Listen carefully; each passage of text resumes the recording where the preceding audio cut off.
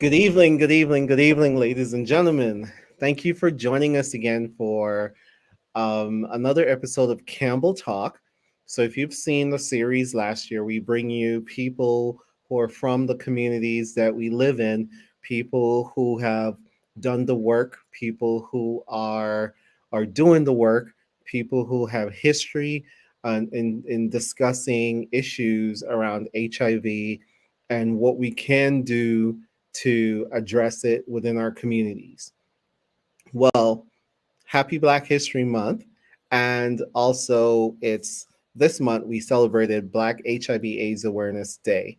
And so, what we're going to do tonight is talk about HIV in the Black community. And we have two awesome guests that are coming up next to discuss HIV in the Black community. We have Rod Brown out of Jacksonville. And then we also have J. Call DeVine out of St. Petersburg, Tampa area. And so they'll be up next to talk about HIV in the Black community. Um, Tell a friend, share this post, and invite others to watch. And also, please like and subscribe. Whichever platform you're watching on, please just hit the like button. We really appreciate you for doing so. And also, you can go over to our website at www.campbellhealth.org and you can check out some of our programs and services. And we do have a condom by mail program that you can request condoms. And we also have at home HIV test kits that you can request. You can pick them up at our office and we'll work that out. So, thank you for watching tonight. Please like and share. Come on in, and we'll be right back.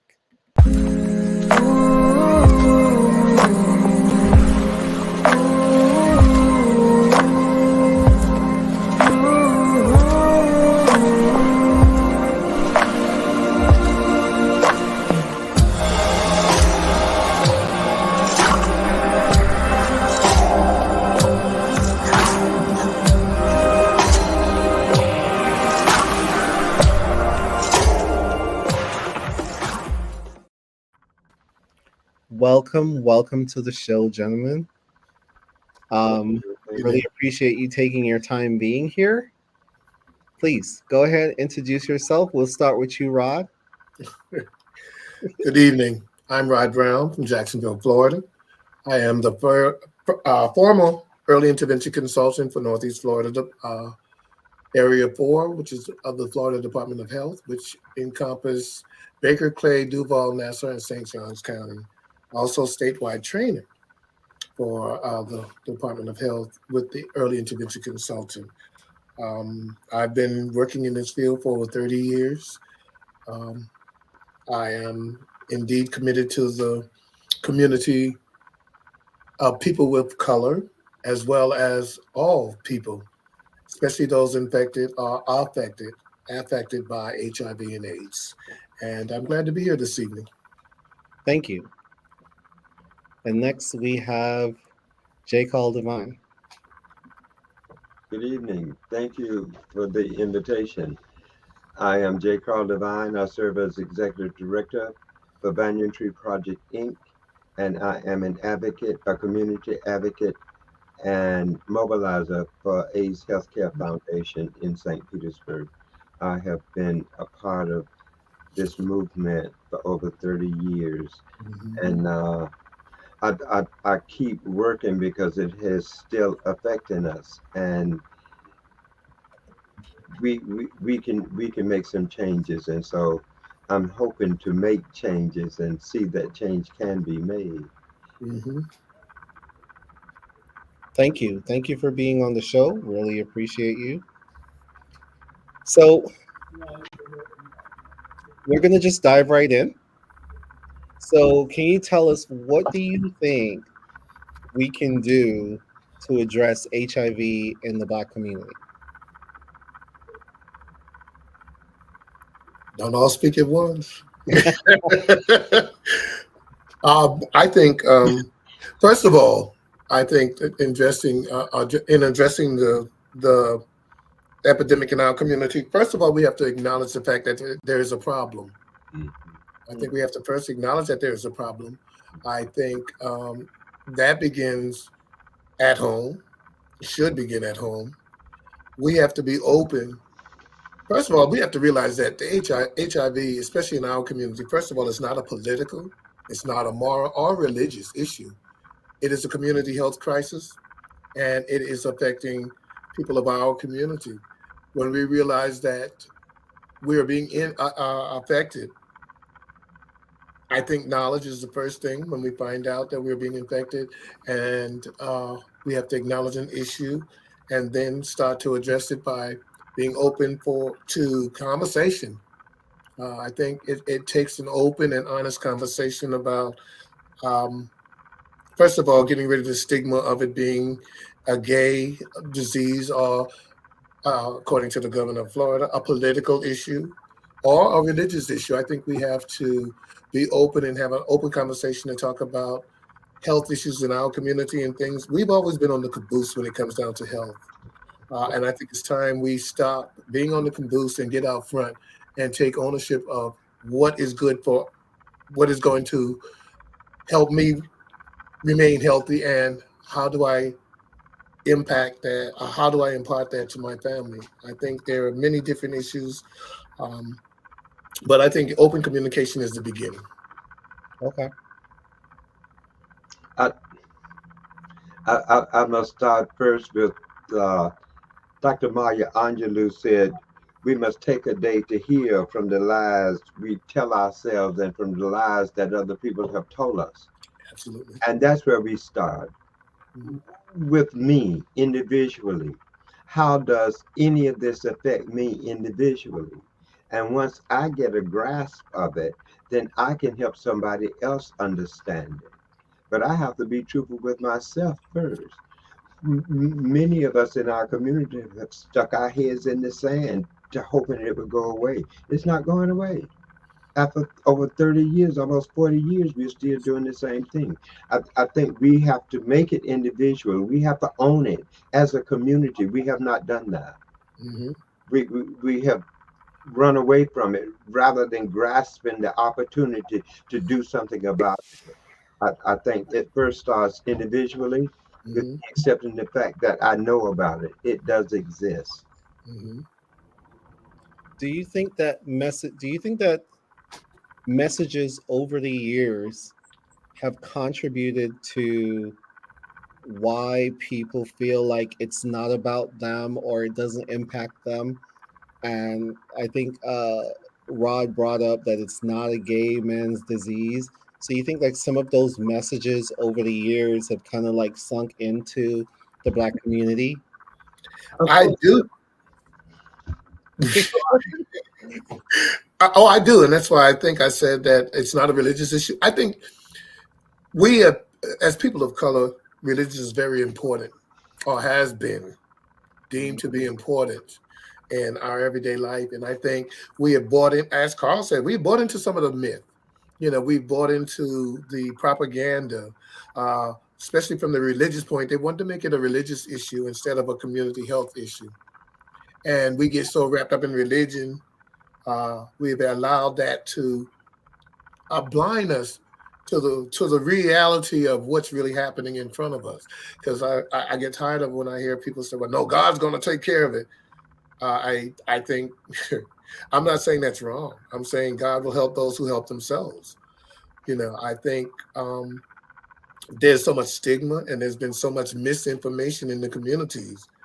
And as we know, there is distrust in the medical profession. We think vaccinations and all, we think they may be putting something into our bodies that is harmful. So there's a lot of mistrust and all that. I think all of these things and the stigma surrounding it in our community has been very detrimental to us taking care of our own health. Carl? I, yes. To answer your question, yes, because we did not create those messages. true. We did not design those messages. The messages that were designed to address this issue were designed by people who don't even know us, Exactly. have no idea what goes on in our communities and how we function. as a community. Mhm. So to answer your question, yes, the messengers has been off because the messengers have been off. Mhm. And let me add that to that, Carl. You're absolutely right. We have become a people that let other people define us and tell us how we should act and behave. And we have, as you said, Carl, we need to take ownership, and we need to show people who we are and not respond to what they. I think Martin Luther King says it's not who you're called, but what you answer to. You know. So I think we've allowed people to call us so many things, and we've taken ownership instead of defining ourselves and putting ourselves first. Yeah, we have to take ownership of the message and rewrite the script. Yes. Yeah. And to our guests who are watching, if you have any questions, if you have any comments, please put them in the chat button. We would like to hear from you. So we'll continue talking, and if you have any questions, put them here. We'll try and we'll do our best to get them answered while we're live.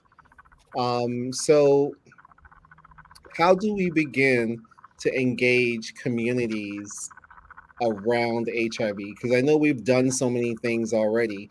So how can we engage communities um, around some of these things to kind of like re-engage them or reignite this taking ownership? Like, how would you suggest we take ownership?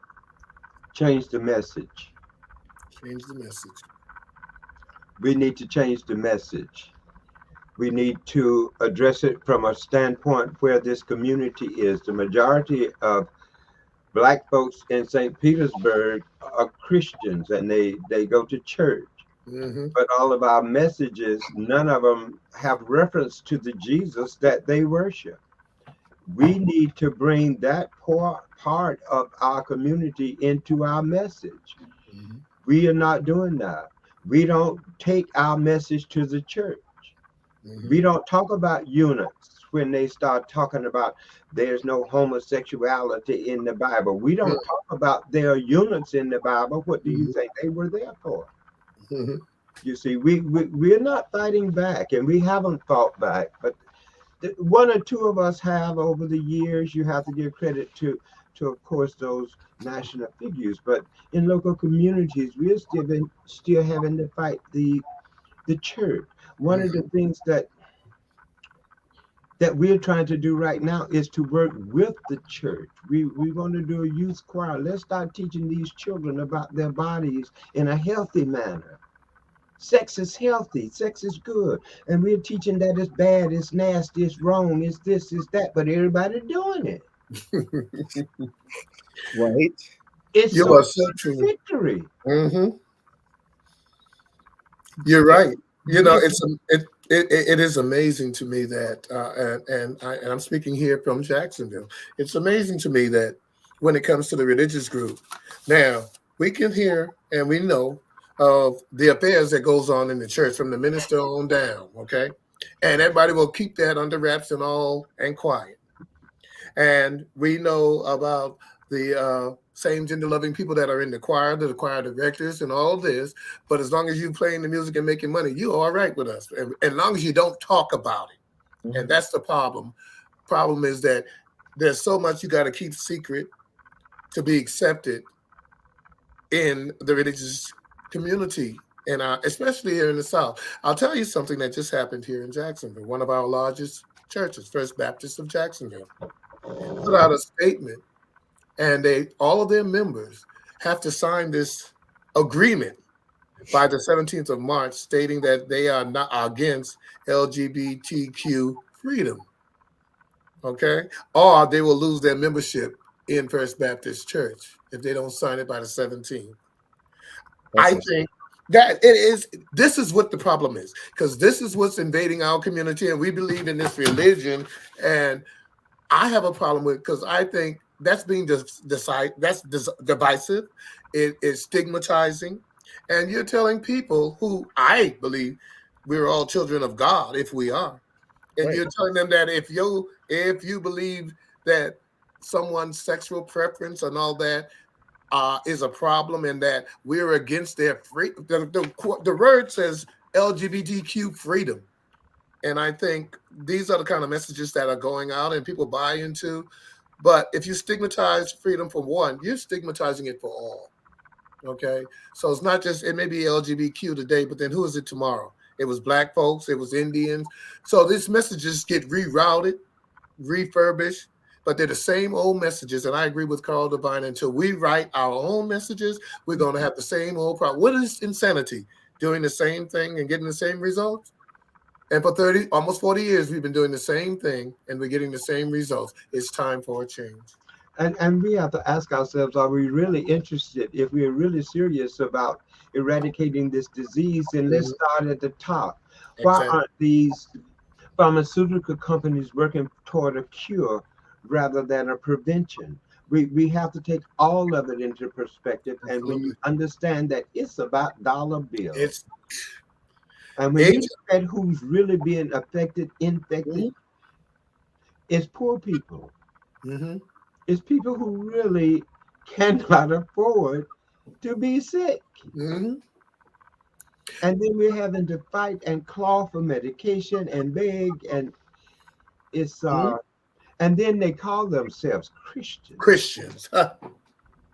You see, a person don't have to tell me who they are Mm-hmm. when I can see who they are. Absolutely. I They agree with you. anything out the side of your mouth, Mm-hmm. but You when have it to, comes you down have to to show rubber up. meeting the road, who do you really stand for? Mm-hmm. What are you really about? When everybody gone to bed and you by yourself, what are you really about? And it's always it's always interesting to see how America does things. Here, of course, we've been told this is not a racist nation and all that, and our governor is telling us we got to rewrite our history because Black history is cut and dry. Okay, so it's like you get these messages uh, about what it is. We take it when we look at this epidemic, when it started, and when, yes, I am thankful to those white gay boys that got out there and put themselves on the front line to get things done. But you see, when the tide started turning, what happened to all the funding and thing that they fought for? It all started drying up or changing because of who's being infected. You know, Mhm. as you said, this is an economical disease, more so because it's all about the dollars You and hit my who's next being question infected. because I was going to ask, Mhm. what are the financial implications of HIV? The financial implication is, like was said, this is an economical disease. We see how expensive the medications are. We know that there's mistrust. Mhm. We know that first of all, there are not enough people of color that are in the drug trials and things, and we wonder why some things work well on some people and not others. Okay, our makeup is unique. There are not of us in the drug trials because of the stigma, because of the distrust of the medical profession, and because of the messaging. A good And example. even if you haven't experienced Mhm. a level of mistrust within the medical community, but hearing about it and understanding how that impacts our Mhm. people makes you a little leery about that. So there's a lot Exactly. to unpack. You're right, because we look back at the Tuskegee, that whole thing, the Tuskegee experiments and all that, and we see what Americans have done to other Americans. I'm being politically correct, okay, and we wonder because we wonder why. But you got an experiment that went on for 40 years, Okay. okay, all right, infecting, bringing STDs into the Black community and leaving it there to fester. Okay, we know. I agree with Doctor. I agree with Carl. People tell you one thing, but I'd rather see a sermon than hear one any day. Because what you say is one thing, but your actions speak louder than your words. And we Mhm. see the action that look at what we're seeing. And again, here in the state of Florida, your governor wants to cut our history, rewrite it. So, and then when he says that Black history is cut and dry, what the hell does that mean? You know, I just don't understand that. But these are the people, and these are the fight, the struggle, where we have to take the struggle to these people that don't see themselves at risk or at harm's risk, and those that are most at harm's risk are being ignored.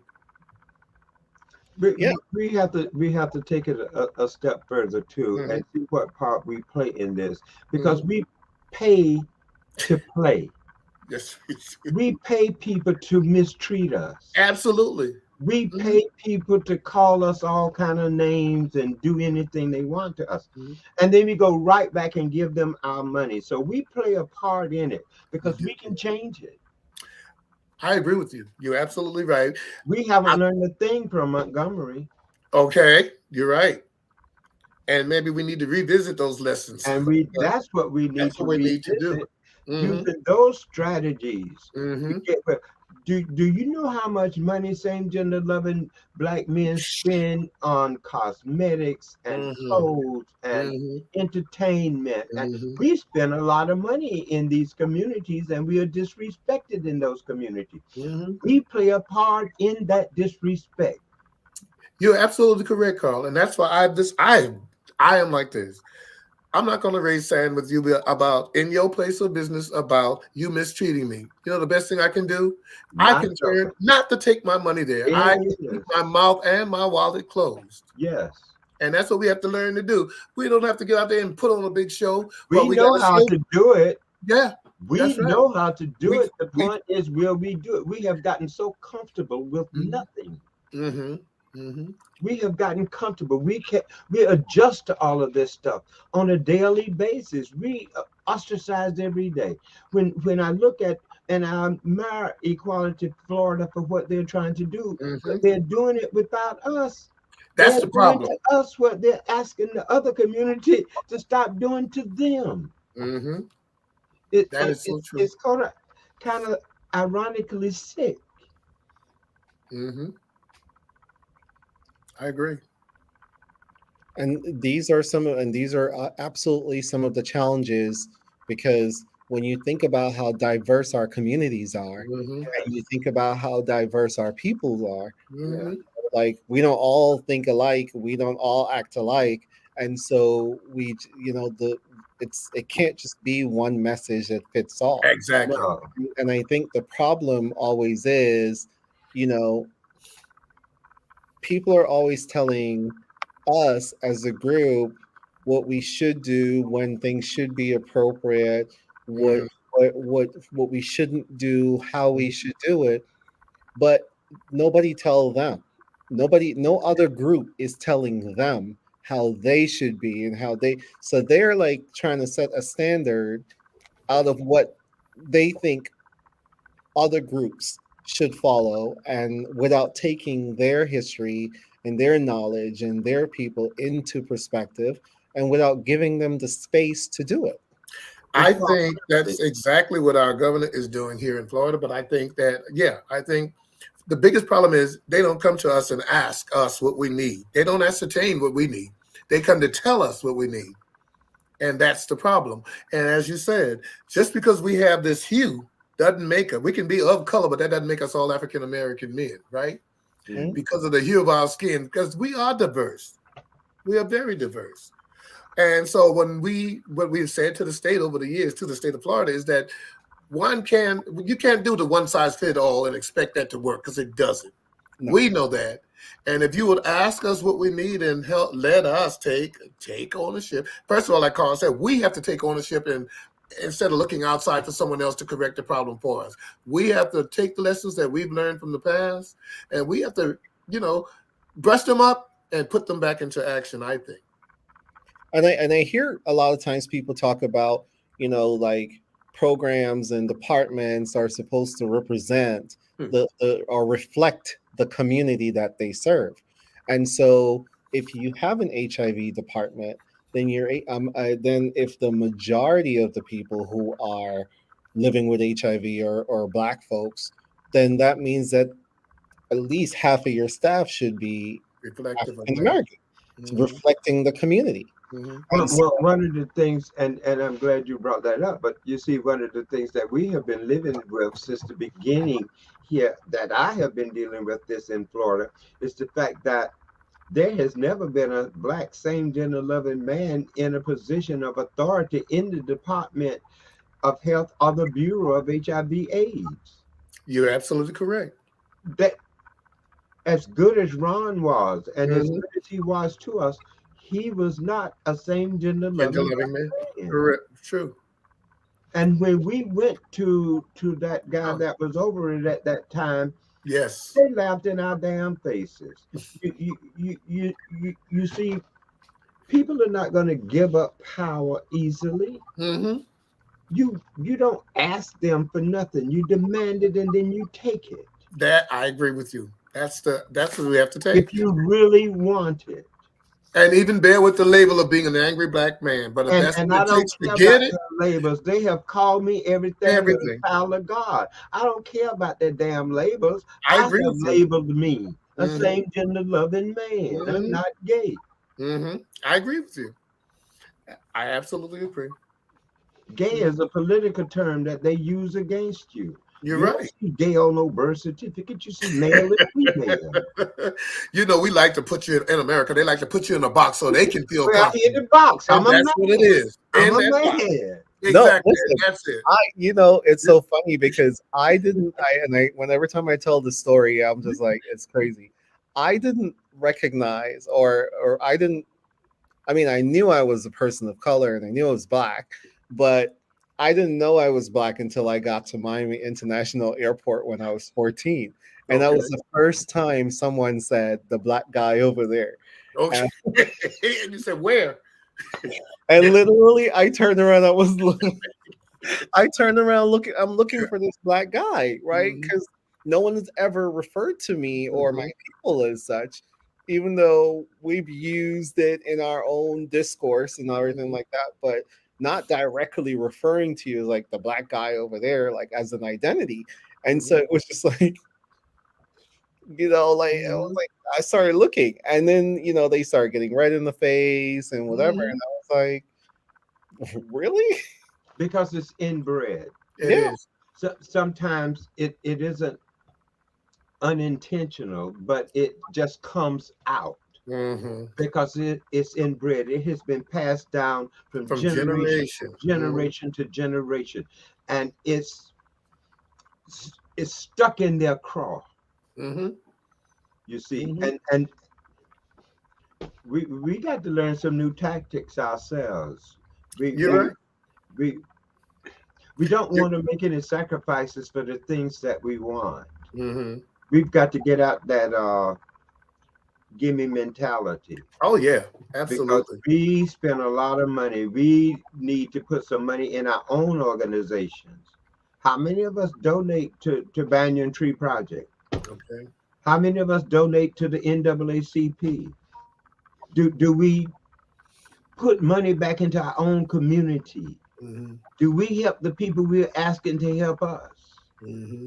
There are a lot of things that we can do to help the community, to bring the community in with what we're doing. I try to find what other people are doing and say, can I set up a tent? Mm-hmm. Can I talk?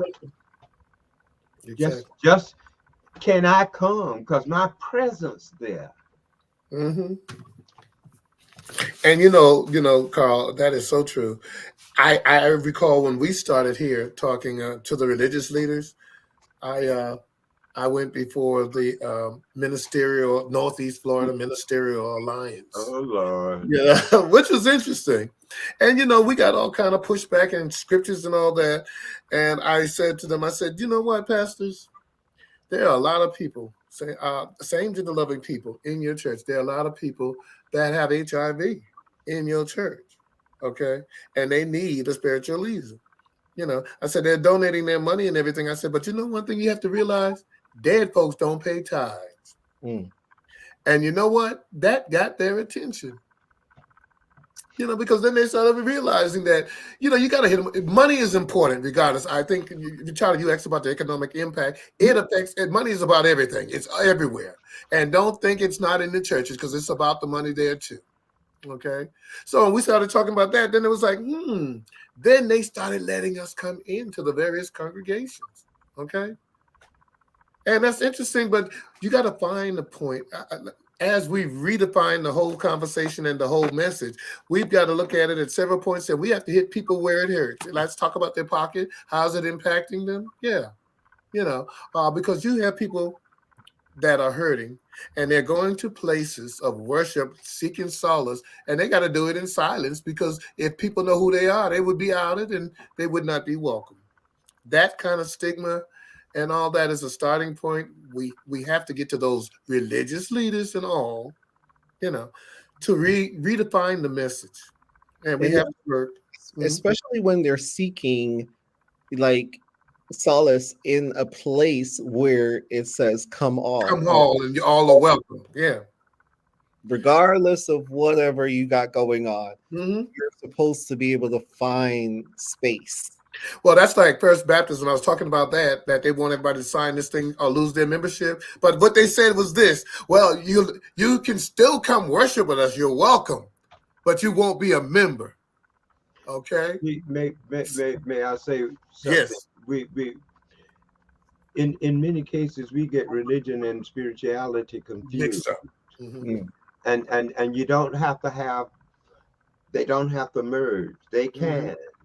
And in many cases, we get caught up in the religious dogma and forget about the fact that spiritual principles are not in conflict. Religious dogma is. Agreed. Yes. I'm Baptist. I believe this. I'm Methodist. I believe that. But the spiritual principles to know that there's one God, to love your neighbor as yourself. Those are spiritual principles that cross all religious lines.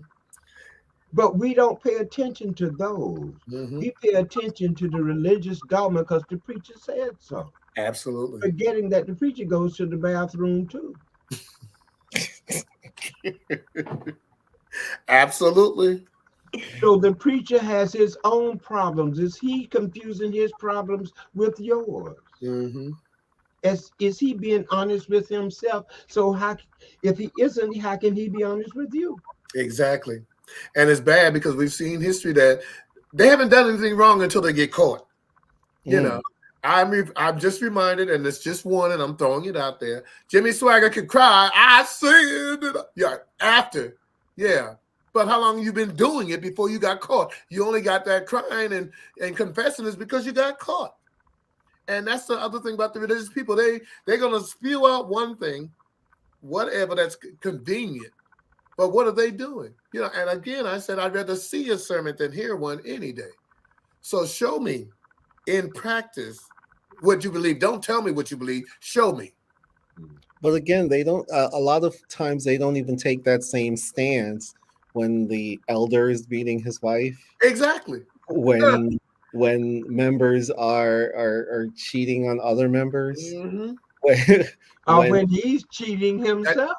Amen. Beating his wife himself. Okay. Or sleeping around with the boys himself. There you go. You see, I did a paper for a women's magazine a few years ago, and we talked about that. You see, when the chickens come home to roost, look at what people do, not what they say. How do they really live their lives? And I have to pay attention to that. You beating your wife, I ain't beat her that bad. Right. See, justifying it. And we have been taught to do that. We're looking at people lying from the highest offices in our country. We have become accustomed to it. To live like that. And so what are we teaching the children? One of the things I hope that we do in this field and while we continue to do is to teach truth. To understand speaking truth to power is power. I mean, we can't run from it. Right. Stand up to it. Take it like a man. That's really a good segue, because another question that I wanted to ask was, how do we engage families around talking to their children about HIV and about sex. And I get it, not everyone have all of the information, but there are resources that are available because the age range 13 to 24 have some of the highest rates of HIV. Mhm. And we're talking about teenagers and young adults. Mhm. And you know what, Richardo? One of the things I did when I was asked to talk to students and everything, and my job as the early intervention consultant, I would always say, because I've had people in churches and everywhere call, I want you to talk to my kids. And my thing is, first, I want to talk to you. And part of the problem I found was that parents, now that we're older and religious now, we don't want our kids to know that we ever did anything. We were saints all our lives. And I was telling them, I'm like, well, I don't want my kid to know. I said, you know what? If you tell your kids, maybe they'll understand and don't think that you're so far removed, but that you are human and you know something, and kids they're more apt to come to you. But if you put all saintly and all that, you're going to push them out to the street committee. And whatever the street committee is talking about, and that becomes truth. So you have to start at home saying, first of all, your body is precious. Let's talk about your body parts. Let's call them what they are. Let's not be ashamed of it. And who you love, don't be ashamed of who you love. And don't be afraid to say, I love Carl DeVine. I love Richardo Jackson. I love Rod Brown. And be all right with it. And the family has to support that, because if I love you, regardless, my children, my daughters, I love, and no matter what, I don't agree with everything they do, but guess what? They're still going to be my kids. So that's first and foremost. So if anything is going to impact them, I want them to hear the truth from me. Give them, I think if you give children informed information, they can make an informed decision on anything, but they have to get truthful information. And I'd rather it come from me, or I wanted the parents to know what I'm telling their kids, so later on they don't come back and say, what did you tell my child? So I want to tell you first. So we have to start there, but the parents have to be open enough and honest enough to say, I was a young person once. I've done some stuff. I may not anymore, and then some of us still do. But anyway, I've done some things, and I've been there. So I was young once, and if we let the kids know that, they're more apt to come to us and respect our opinion instead of feeling like we don't know nothing. Yeah. Okay? And some of that will lead our kids to end up being coached and cultivated. And that's how you have, all these other stuff with trafficking and kidnappings and things, because they're looking for something. So they're looking for something. You can tell when you're lying. I had a mother to invite. It was about 10 little girls from her neighborhood, ranging from 12 to 20. And she invited me to come, and she left so that I could be raw with the girls. I even took a dildo to show them how to you mean a demonstrator? To perform fellatio using a condom. And we had a real healthy discussion there. You see, it depends on the parent. It does. If parents are real comfortable with who they are, they can share portions of their lives with their children. This is what I did, and this is the results of it, and I don't want to see you do that, because that's going to be the same results for you. It's a matter of understanding how to talk to your children. Absolutely. And being honest. Parents really don't know how to talk to their children about certain subjects. They think it has to be a certain way. Just open up. I agree. A lot of people don't want, because they're ashamed, and they're like, well, what I did in my past, and they don't want to talk about it, because like I said, they're now saints, and they're afraid that if I tell my child this, they're going to look at me differently. Whereas, you'd be surprised. I think they have more respect. That's exactly where I'm going. They will have more respect, because they'll know you ain't so green after all. My kids, daughters, and they ask me things, and I'll always say, don't ask the question if you can't handle the answer. But I have never lied to them. I've been very honest with them. And that's why they'll come to me and won't go to their mother, because I'm going to be honest with them. And I like to do this. I wanted them to think critical. So if they tell me they wanted to do something, I'd say, okay. But what if? And I'll give us a scenario. And if they can give me an answer, I said, okay. So if you try it and it don't fail, it's all right. You know. But I wanted them to think critical about what they're doing and why they're doing it. Yeah. And I allowed them to do that and talk back. And we banned off each other. And that's why I think, my daughters are older than me now because they're in their 40s. So so I have that respect. And I think if parents would open up with their children more, they'll find that the kids really respect you more. Yeah. And it helps to build a healthier and stronger relationship. Like in our home, sex is a safe space. We've Okay. created a safe space, so our son is able to access questions whenever he wants, whenever he likes, and just to kind of like get answers, or we can have conversations. And I use those questions to create conversations around, like, and what do you think would be a good time, like people are always saying, oh, you're going to wait until you get married to have sex. Hmm. I am not disillusioned. Thank you. So when my son comes and say, oh, and he start talking about sex, I'll say, yeah, so here, I think you should wait until you are mentally, emotionally, physically, and financially capable of handling the responsibilities that come with sex. Mm-hmm. Because it's not just the act of having sex, it's the emotional stuff that comes after, and sometimes the financial consequences. You're And right. so I'll say, so when, I know you're probably thinking that you might want to have sex sooner rather than later, but when would you think is a good time? And we talk through it. And he's like, oh, well, he's like, oh, well, maybe 16. And they said, well, 16, you're still in high school and you don't have a job. And so you don't have financial stability, you Mhm. know. And so we talk about it. I was like, so at no point I'm saying, no, you can't have sex. But I Mhm.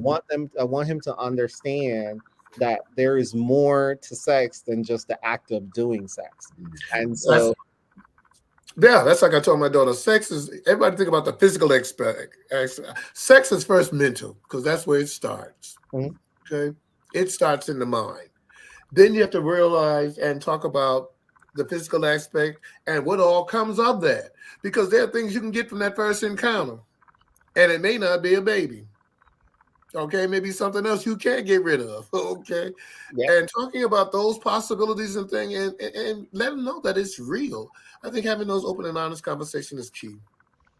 I think with the number of ED commercials on Mm, TV is having parents to have to rethink how they're talking about sex with their children, and they're mhm, talking about curves and all that mhm, kind of stuff. mhm. It's this the environment in which we live. Sometimes the children might be teaching the parents about sex Amen. because they're more informed than their parents. They have more access to online Sure, and everything to sure. things we didn't have at their age. I mean, come Yeah. on, And God. I don't think that parents should shy away from it, because it gives you a window to start asking questions and to start exploring other topics, because you want to know how your child think. You want to kind of like get an idea of how they would react, or how they would deal with a situation if they are proposed, or if someone poached them or approached them about something.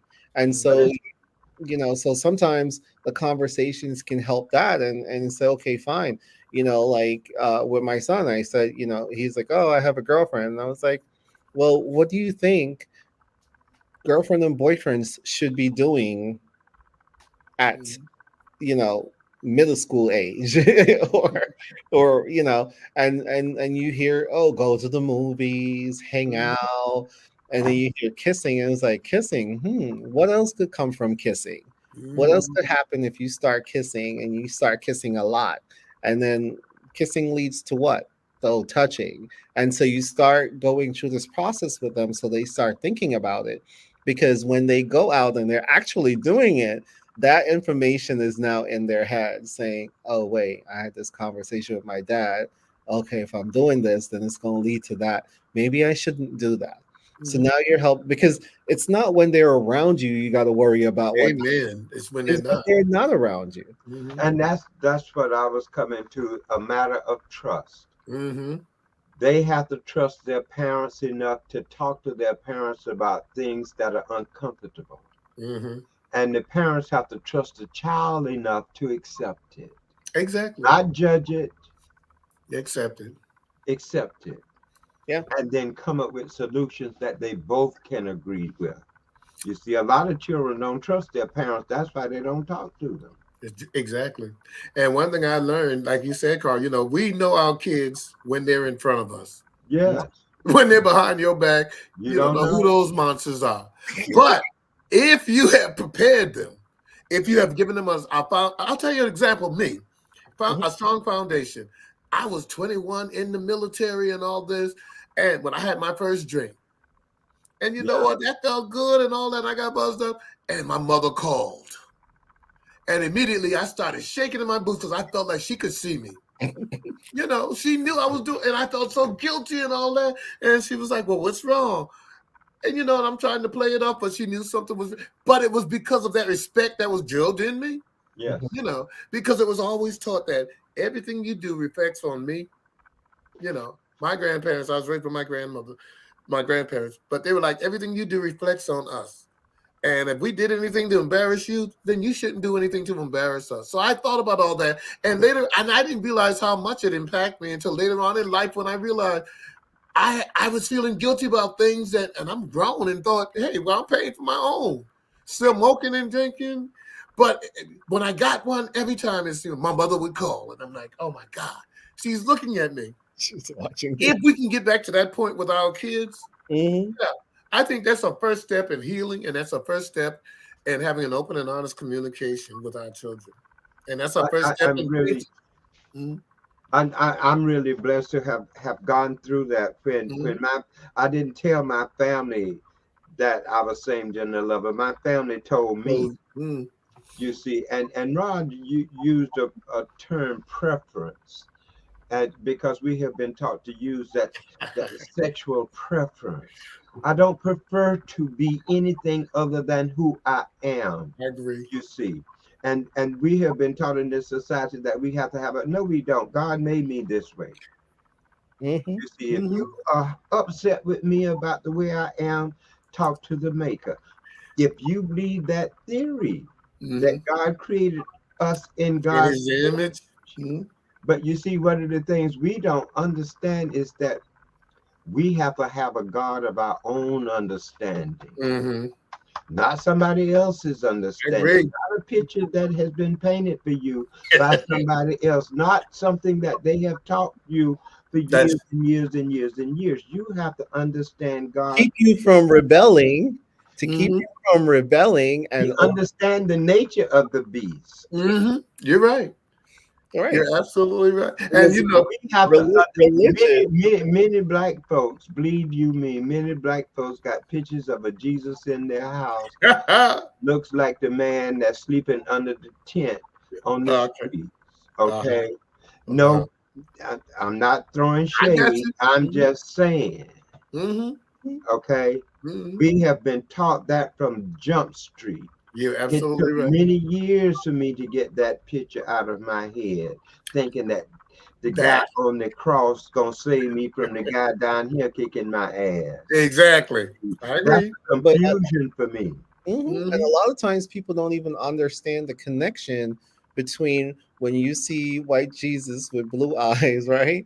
and then you go out and then you see folks who look like him, and now you feel like you have to treat them with the same level of reverence in a sense. Understanding that it's by design. I agree. You are. And that's why I must apologize for using that word, Carl. You're absolutely correct, because it took me a long time. But I am a firm believer that the God that I serve makes no mistakes. No. So the way I'm made perfect. Yes. So he doesn't make a mistake. And I shouldn't have to apologize to anybody else for who I am or what I am, because they didn't make me. And don't. But and I won't. I one of the things, and I know when I told my mom that I was gay, and I had a partner and a boyfriend at the time, and I was dating, and all of that stuff. I told her, one of the things that she said was like, oh, you think this is right, in the sight of God, and I was like, what do you mean? I was like, Jesus knows this, God knows this, like. I was like, if he didn't know this, then your religious teaching and belief is invalid Mhm. because your scripture said he knows you before you were created. Amen. In the womb, right? Well, So he had to know that this was it. Because I didn't wake up one day and be like, you know what? I want to be black. I want to experience racism. I want to experience discrimination. I want Mhm. to experience people looking at me and talking to me like crap. I didn't wake up and be like, "Oh, you know what? Let me be gay." So Mhm. this way people can treat me like this or do or what it wasn't. It's who you are and you shouldn't have to apologize for who you are. Mhm. and, Agreed. and and one of the things that most people don't realize is that talking about same gender loving and same gender sex is as old as man himself. Amen. And it's not only in human beings, it's in plants, it's in Mhm. animals, it's all over. Mhm. And if it were not to be, then why would God make it anyway? If you understand history in the Mhm. Egyptian Book of the Dead, which was printed what 1500 years Years before the birth before. of Christ, Hmm.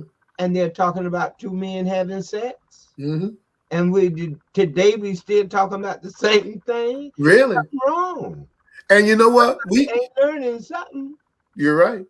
And we have to remind them. Yeah, they want to quote scriptures and everything. I think about the story of David and Absalom. Okay, and he said that he loved. David said he loved Absalom like a man loves a woman. Okay, now that's in their Bible, but they want to say, "Oh no, that's brotherly." They wanted to pick and choose what scriptures to use and how to interpret them. You Well, know, that's why so we've had so many variation of the Bible. that's We're why trying we have so many divisions, to as Carl correct said it. earlier. One You know. one of the things I had to ask myself Mhm. and be honest with me about it is the fact that who changed the prayer in Yeah. Matthew from forgive us our trespasses to forgive us our Of debt. debt. They don't mean Mhm. the same thing. It does not mean the same And thing. I learned forgive us our trespasses. Mhm. Mhm. And now it's written forgive us our debts. I'm trying to figure out when did God tell somebody to do that and who gave them that permission. The thing that I have to understand is that all this stuff is being created by man Exactly. Mhm. and Exactly. blaming God. Yeah. Be- God don't like ugly. Hmm. How do you know what God likes? You know what and Carl, I agree with you because I have this thing too. God is a jealous God, and I'm like, why would the God of the universe have to be jealous? Of whom? Of who? Of what?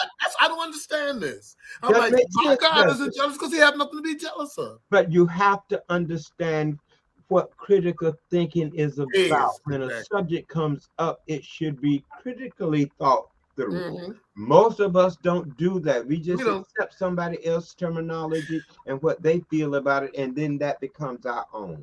That's Because true. nobody reads, nobody study anymore. Bingo. That's what That's what I was going to say. That's that's the what problem because they people say. said if they want us to know, don't want us to know something, put it in writing And they have because said that for years. for years. And then I can't stand the fact that we always, well, pastors say, but pastors can, he could read and he can interpret, but I need to do it. Didn't Paul say, "Be ye always ready to give an answer of the hope that's within you"? If you want to go back to scriptures, so he's telling me I need to know who I am. I need to know what I believe in, and I need to stand firm on my belief in God, and that I'm made perfect just like He is. There's so That's many, my belief. yeah, there's Mhm. so many people who are not even picking up the Bible that they will beat you over the head with it. Get with. They won't pick up the Bible and read it and Mhm. compare text upon That's text. it. Exactly. Because then you have the critical thinking. You have to think about it yourself. You have to Exactly. come up Exactly. with an answer for yourself rather than somebody else's interpretation. Mm-hmm. Plus, you know, they Because stole when it we from listen to the African minister, story. remember now, we're listening to his interpretation. Exactly. Yeah, that's true. I think another text too that is often misquoted is the Sodom and Gomorrah text. Oh yeah. Oh yeah. and and so you start using your critical thinking and asking questions, and you're like, well, I think it's in Philippians. It said that Sodom and Gomorrah was destroyed because they broke their covenant with God, With God, yeah. and it listed a whole bunch of things, and then it says sexual immorality. It didn't say anything about homosexuality Homosexuality, you're or right. anything like that. It That's says an sexual interpretation. immorality. Mm-hmm. So And that's what I'm saying. Mm-hmm. like little things like that. And then it was Yeah. like, oh, they were trying to have sex with the angels when the angels came, and I was like, or were they just trying to see who was there? Okay. And then Man, and they then never said whether those angels were male, females, or what either, by the way. But right, and I thought angels didn't have a gender. Okay, so if he's having sex with him, what up? Okay. And then was it Lot who sent his His daughters wife. out to go and talk to the people, and the interpretation said to go and be with them and have sex Mhm, with them and all this other stuff. And I was like, the holiest man in the city is mhm, going to send his daughter outside to go have sex with these people? Like, that doesn't make any sense. mhm, Instead, it was more like, okay, we have guests come inside the house and relax, and I'm gonna mhm. send my daughter outside to do PR. That's this. That's Yeah, when basically you think about it, yeah, that's where critical thinking comes in. Because and let me tell you what I've had from in the past too, when they don't have a real answers. Well, you don't question God, and I'm gonna say, okay, well, I'm not questioning God, I'm questioning you. Then give me an you, answer, Yeah. right. okay? Mhm. But remember, we came to this continent not knowing Not anything about it, including the language. the language, yes. Mhm. And so everything we know about what's going on here, we have been taught. Hmm. And we have made some adjustments just to survive. And we've had to. Yeah, we had to. Not all good, but we've had to survive. And so Hmm. when you see all of this disarray, understand that it's by design. Mhm. It is. It is by The design. chaos is intentional Hmm. Yeah, because somebody getting some money from it. Hmm. somewhere. Oh Some yeah. And now churches will fall in line if they want to get those federal dollars. They want to get dollars, period. Yeah, they will fall in. They will. They It's will. about the money. They will Mhm. do whatever they want to do. It's hard to find a really true Bible believing church. But Well, you know what? My problem, I they grew have up in, ATMs in the churches now. oh yeah, they sure do. And my thing is, The money changers. I came from that background that was so starchy because the religious thing. Me Oh too. man, they stopped us from skating because we were dancing on skates. But that's what my family believed and all that, And it was years before I started questioning it. But then the enlightenment came when I'm like, wait a minute, that didn't make any sense. Wait a minute, let me start questioning. But don't question God. Well, no, it's not God. I'm questioning because God is not the one telling me this. You are. Okay. So And it's one of not. the things that we have to take into consideration while we are talking about this Mhm. is bringing this in a perspective that we can teach younger Younger people people. the truth about who they are Hmm. and how they can live long, healthy lives. yeah, Being willing to make changes, being willing to make sacrifices, Hmm. giving up something that might harm you for something that doesn't. Right. Might not taste as good or feel as good, but it's going to be better for you. Okay. Having that understanding and teaching people about that understanding can be difficult sometimes. I think when we start changing our messages to Mhm. ourselves, we'll see a change in our behavior. mm, And I think one of the major changes we have to do is we've got to first learn to love ourselves. Yes. yes, That's what we have to. But we've had the crab mentality for years, and we're always fighting against each other and all this. But I think when we start, first of all, I am comfortable with Rod. I know who Rod is, and I've learned that I don't have to answer to nobody for anything because, well, it's about God sees me, He knows me, okay. And if you got a problem with it, okay, because you always tell me that I have to answer to God, so I'm willing to answer to God because I'm the one that's supposedly going to stand in front of Him, and I can answer for my deed, but I'm going to answer on the merit of what I've done and what I know. And not because, oh, I was told this, or my mama was this, and I'm going to be that. No, no, no.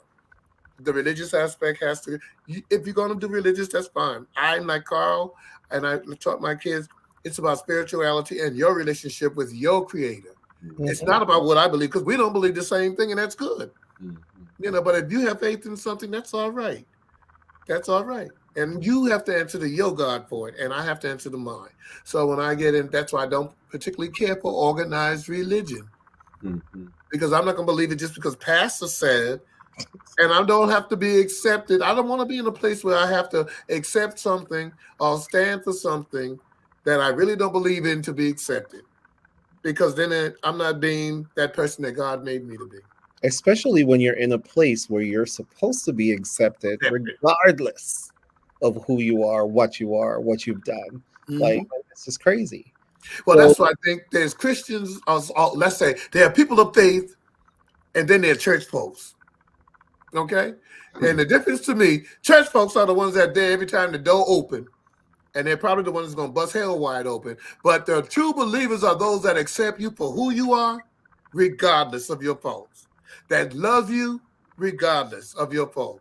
And I think that's what all the major religions teaches you how to love and get along with one another. And if we go back to the basic premises, we'll all live a little better, happier life.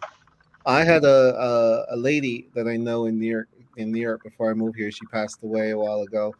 We call her Mama Pat, and I remember talking to her about me being gay, and I was like, how does that work with your fate and whatever? Because she was, she said, I love you, and God put us here to love each other and take care of each other. My fate and God have nothing to do with who you are and who you're in a relationship with. And she's like, and if I get to heaven and God is like, oh, well, you loved on Richardo and he's gay and that's it. She said, I think I'll be all right. Okay. Now that's good. And I just must share this with you. When my family had the discussion about my sexuality, my grandmother asked me, what do boys do together? Kiss and call each other honey, honey? And I said, yes, ma'am. That's what they do together. One of the blessings for me is that my family accepted me and forced me. My auntie said, you got 2 strikes against you. You're a Negro and you're homosexual. You need an education. There you go. She saw what I could not see. And really, literally forced me to go to school. Yeah. And I am most grateful for that. And I try to pass that on to my nieces and nephews. Yeah. And not to brag, but like these LGBT boys and girls are outperforming the straight kids. They always did though. When you think about it, they're more well-adjusted. We had to, absolutely, just to be considered equal. You had to do better. You had to play ball harder. You had to twirl better. You had to do everything better just to be considered equal. And then as black men, we always had to be better anyway, because we were always at the bottom of the totem pole. So you always had, and as you say, Carl, and I think that's one of the things we have to stress to the younger people. The one thing no one can take from you is your education and your knowledge. And we need to keep pushing that regardless. You need to have an education, because that's the one thing no one else can take. I have grandkids. I have 2 grandkids in college right now, and I'm helping to support them, because that's what, and I'll do anything. I told them I'll do anything as long as you're going forward. I have a grandson who's not in college and not getting that support. And he was like, Papa, are you helping them and not me? And I said, well, they're doing something. What are you doing? And you're the one that's the male that I expected more out of. Okay. Yeah. So, you got to stay on him. And I'm still working with him as well, because he had a full scholarship and refused to go to college. Okay. So, like I said, you grown. You made your decision. I'm going to support your decision, but I'm not going to support you. Okay. So we have to really batten down. We have to batten down, and we have to show them by example. And I did my master's degree late, but they were proud of me, and I was proud because you see this commercial about why you You're went to never college. late when you get a master's, honey. Don't even go there. Thank you for that, Carl. But yeah, but my thing was I did it for me. I did it because I wanted to prove I could. Okay. And I did it because I had to prove to me that I could, not That's that what I I'm talking wanted about. to. Right. That's why I did it. Not that I wanted to. Mm-hmm. And I'm proud that I did. I'm glad that I learned I did mine for myself. That's what I'm talking about for me. Yeah. I was like, when I graduated from high school, my mom took me right down to the community college and said, "I don't know what you're going to study. I don't know what you want to do, but you need to get an education because that's how you're going to survive in America." Mm-hmm. And my grand aunt who taught school did the same thing to me. She said, "Baby, you need an education." And when other sisters and brothers did not want to go, guess what? I did. Yeah. Okay. And I went. I got 2 bachelors. And then Okay. after that, I took them. I gave my mom, and then I went back. I said, "Now I'm going to get my master's, and that's for me." Mm-hmm. One of the things that we have to learn to do and to understand is that regardless to what we do, somebody is watching us. Sure enough, someone is watching. And it's real. I have to be real careful as to where I go and what I do. Absolutely. And that's the level of sacrifice that I'm talking about that we have to learn to make. Mm-hmm. You see, sometimes I want to go and shake a tail feather what's left of it. But it's not good for me to be shaking no tail feather. So I keep the tail feather home. Okay. But what I'm saying is, understanding life on its terms. Yeah. Not on the terms that I want it to be. Mm-hmm. Accepting life as it is. Mm-hmm. And since I'm in Florida, when I get served lemons, I make orange juice. Oh, okay. Go, boy.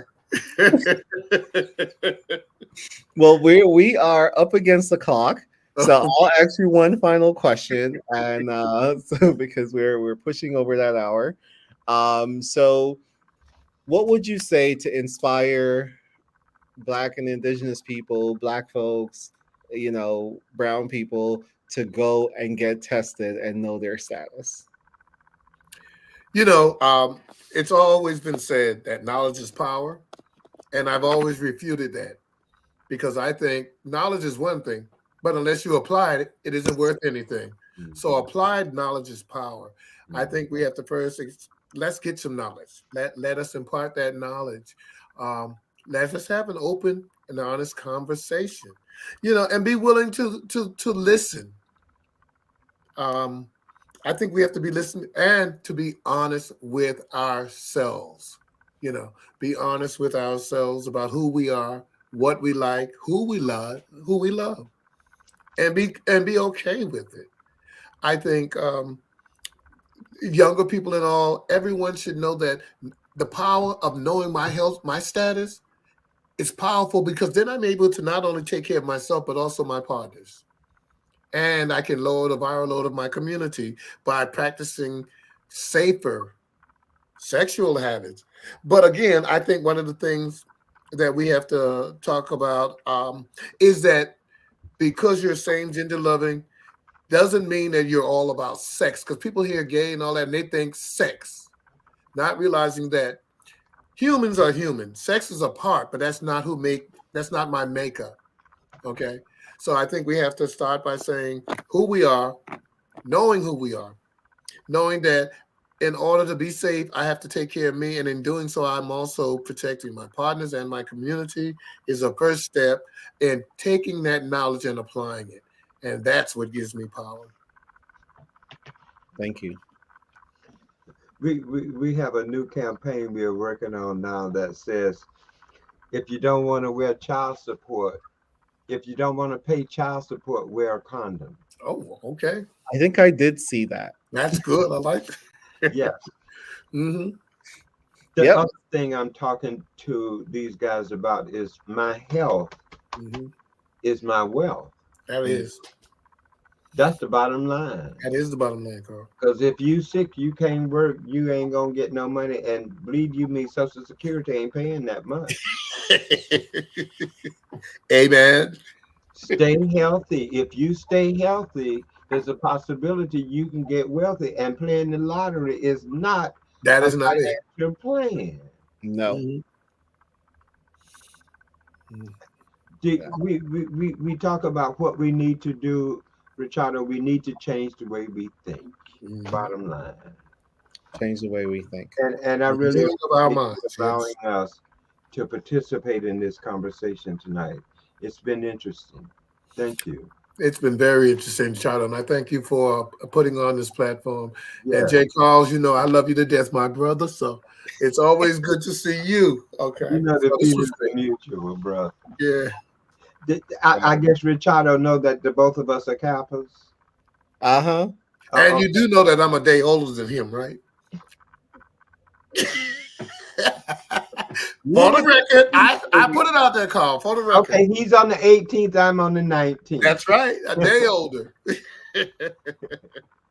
Okay.